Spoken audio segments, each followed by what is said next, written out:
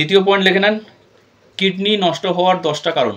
কি কি কারণে কিডনি নষ্ট হয়ে যায়, কি ভুলগুলো আমরা করছি, যে ভুলগুলো করলে পরে কিডনি নষ্ট দ্রুত হবে এবং কিডনি আমরা কীভাবে ভালো রাখতে পারবো। কারণ কিডনি একটা এমন জিনিস যেটা কিন্তু আমাদের শরীরে একটা গুরুত্বপূর্ণ অঙ্গ। যেমন হার্ট আমাদের একটা গুরুত্বপূর্ণ অঙ্গ, প্রত্যেকটি অঙ্গই গুরুত্বপূর্ণ অঙ্গ, কিন্তু কিডনি আমাদের শরীরের যা জল খাচ্ছে সেটা কিন্তু ফিল্টার করতে সাহায্য করে, ঠিক আছে। আর জলই কিন্তু জীবন। তো যা জল খাচ্ছেন সেটাতে বডিতে সঠিকভাবে যায়, কিডনি ফিল্টার করতে পারে এবং শরীরে জলের উপকারিতা লাগে। তার জন্য 10টা পয়েন্ট লিখে নেন যে কোন ভুলগুলো আপনি করছেন যেটাতে কিডনি নষ্ট হতে পারে, তাহলে সেই ভুলগুলো আপনাকে শোধরাতে হবে। 1 নম্বরে লেখেন, প্রস্রাব আটকে রাখা। যারা ইউরিন আটকে রাখছে, অর্থাৎ প্রস্রাব আটকে রাখছে, অনেকক্ষণ ধরে যাচ্ছে না, বিশেষ করে কিন্তু এটা ফিমেলরা করে।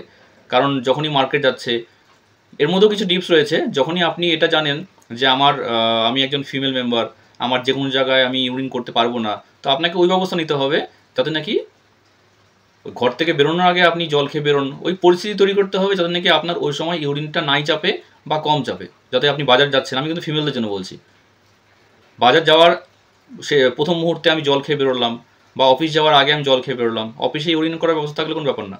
কিন্তু এমন জায়গা যেখানে আমি যাচ্ছি, যেখানে ইউরিন করার ব্যবস্থা আছে কিন্তু ডিস্টেন্সটা অনেক, বা আমার লেট হতে পারে, তো সেক্ষেত্রে কিন্তু যেখানে যাচ্ছেন সেখানে গিয়ে জল খান, বা বেশি জল না খেয়ে অল্প জল খেয়ে বেরোন।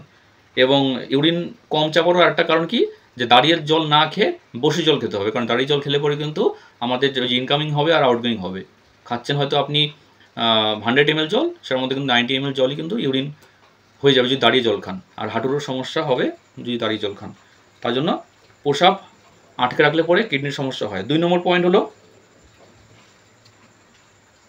আচ্ছা যেই জিনিসগুলো লিখছেন সেটা কিন্তু ছবি তুলে আমাকে হোয়াটসঅ্যাপ করবেন, ঠিক আছে। 2 নম্বর হলো পর্যাপ্ত জল না খাওয়া। পর্যাপ্ত জল অর্থাৎ যতটুকু জল খাওয়া দরকার ততটুকু জল যদি কেউ না খাচ্ছে, এবার কতটুকু জল খেতে হবে, যার 20 কেজি ওয়েট তার 1 লিটার, যার 40 কেজি ওয়েট তার 2 লিটার, যার 60 কেজি ওয়েট তার 3 লিটার। তাহলে যার 100 কিলো ওয়েট সে কিন্তু 5 লিটার খাবে না, ঠিক আছে। ওই 3 থেকে 3.5 অবধি আমাদের সবার জন্য দরকার। কারো যদি ওজন থাকে 120 কিলো, তারও আমি বলবো ম্যাক্সিমাম 4 লিটার। কারণ আপনি যদি দেখেন, কিডনিটা কিন্তু সবার সমান, ওজন বেশি হতে পারে, কিন্তু কিডনির ক্যাপাসিটি হলো 1.75 লিটার জল ফিল্টার করার ক্ষমতা, 1.75 লিটার।